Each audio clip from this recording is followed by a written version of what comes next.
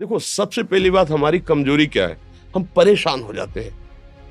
संसार में देखो तो परेशान, परमार्थ की तरफ देखो तो हम परेशान हो। ये हमारा आदत स्वभाव बन गया परेशान होना।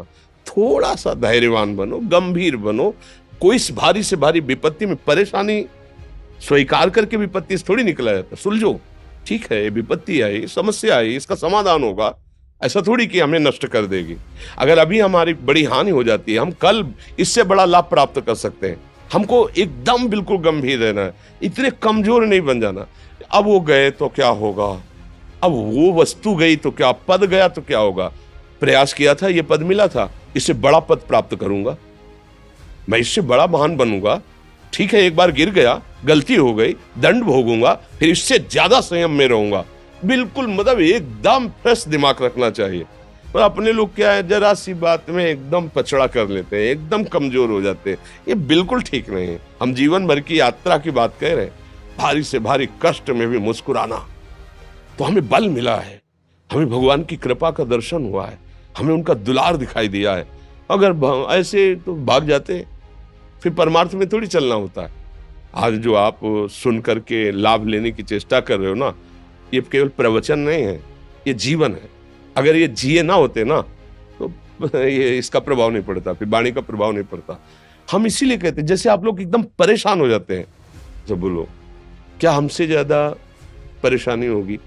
दोनों किडनी खराब, दवाई लाने के लिए पैसे नहीं, पानी रखा है हम उठ के पी नहीं सकते, भीषण शरीर में कष्ट, भीषण बुखार, क्योंकि किडनी फेल, जरा में बुखार, खाने को क्या, रोटी मांग के लाओ। अगर वहां सब्जी मिलती है तो लाल मिर्च ऐसी पड़ के मिलती थी कि वो पा नहीं सकते थे। आप सोचो, पानी लाना है तो मुझे लाना है, पीना है तो मुझे पीना है।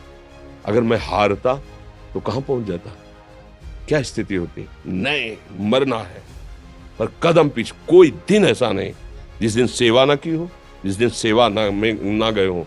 गुरु जी की सेवा में जाना है, पहले अपने को स्वस्थ साबित करना है, नहीं वो सेवा नहीं लेंगे। तुम बीमार हो, तुम कष्ट में हो, ऐसे उनकी दृष्टि परेशान थी, सेवा की, आके लेट गए। फिर हिम्मत की, अपनी श्री जी की सेवा की, मधुकरी नहीं गए, 3-3 4-4 दिन भोजन नहीं गए, पर सेवा नहीं छोड़ा, दिनचर्या नहीं छोड़ी। और उसका प्रधान कारण संयम, ब्रह्मचर्य, भगवत आश्रय, नाम जप, कभी हारने नहीं दिया। अभी भी थोड़ी देर बाद डायलिसिस शुरू होगा, हारने, आपको हारे हुए नजर आ रहे हैं। शरीर में पीड़ा है, किडनी फेल है, ऐसा तो हम स्वस्थ बैठे हैं, पीड़ा है, बार बार प्यास लगती है, थोड़ा थोड़ा पानी मिलता है, लेकिन हम आनंदित हैं, हम प्रसन्न हैं। हम लड़ाई में हारे नहीं हैं, ना हारेंगे, हम जीत चुके हैं। हम अपने मालिक के भरोसे में अपना सब बात, तो वो ये हम अपनी बड़ाई नहीं बता रहे, हम आपको बता रहे समस्या। सोचो, तुम्हारे पास तो माँ है, भाई है, बहन है, परिवार है, कोई ना कोई तो है ना। मेरा किसी ने कभी जीवन में ध्यान भी नहीं दिया। क्यों? बचपन से बाबा जी बन गए, किसी से प्यार नहीं, किसी से संबंध नहीं, कोई जानकारी नहीं, हम कहाँ हैं, वो कहाँ है, किसी से कोई मतलब नहीं। अच्छा, जवान साधु कौन श्रद्धा करे? कभी गांव जाने की हिम्मत नहीं पड़ती कि रोटी मांग ले, पता नहीं लोग क्या सोचेंगे, क्या भावना कर ले। हम दरवाजे पे खड़े हैं, क्या कैसी भाव, जो हमारे सामने आकाश वृत्ति से आया यौवन अवस्था में, वही पाया, अन्यथा भूखे रह गए। जब हम हर समय अपने को विवेक के द्वारा सावधान रखे, तो हम कभी निराश नहीं हुए, कभी उदास नहीं हुए, कभी ऐसा नहीं लगा कि यार हम दुखी, कभी नहीं लगा। उसी का फल है कि उस सुख का संकेत मिल गया जहां दुख की निशानी भी नहीं। वही उसी के बच्चे हो, हम सब उसी धातु से बने हुए हैं। हम इतना क्यों परेशान हो जाते हैं? हम ये देखते हैं, अपने लोग थोड़ी बात बिगड़ गई परेशान, नहीं बिगड़ी तो बिगड़ जाने की संभावना में परेशान है। आज सुख है, लेकिन कल सुख छिन जाएगा तो हम आज के सुख में सुखी ना होकर कल के दुख की आने की संभावना में हम भयभीत हो। मतलब क्या हमारी सोच रह गई? हमको इतना बलवान बनना है कि सुख और दुख दोनों हमको छू न सके। भारी से भारी सुख की व्यवस्था है तो अहंकार नहीं, हर्षित होकर किसी का अपमान न करे कि हम धनी, हम पदाधिकारी, अमुक। भारी से भारी दुख आया तो हमें किसी के सहयोग की जरूरत नहीं, हम फिर अपने कदम बढ़ाएंगे, हम फिर जुड़ी हुई अपनी भावनाओं को सजाएंगे। मस्त जीवन एकदम। तुम अविनाशी के बच्चे हो। शेर का बच्चा भेड़ों के बीच में फंसकर म्यों म्यों बोल रहा है, बस अगर दहाड़ना सीख जाए तो कोई भी उसे परास्त नहीं कर सकता। ऐसे भगवद अंश तू प्रपंच में फंसकर अपने को इतना दीन क्यों देख रहा है? तू ऐसा है कि भगवान के दिव्यास्त्र में भी ताकत नहीं तेरे को मार सके। तू अविनाशी का अविनाशी बच्चा है।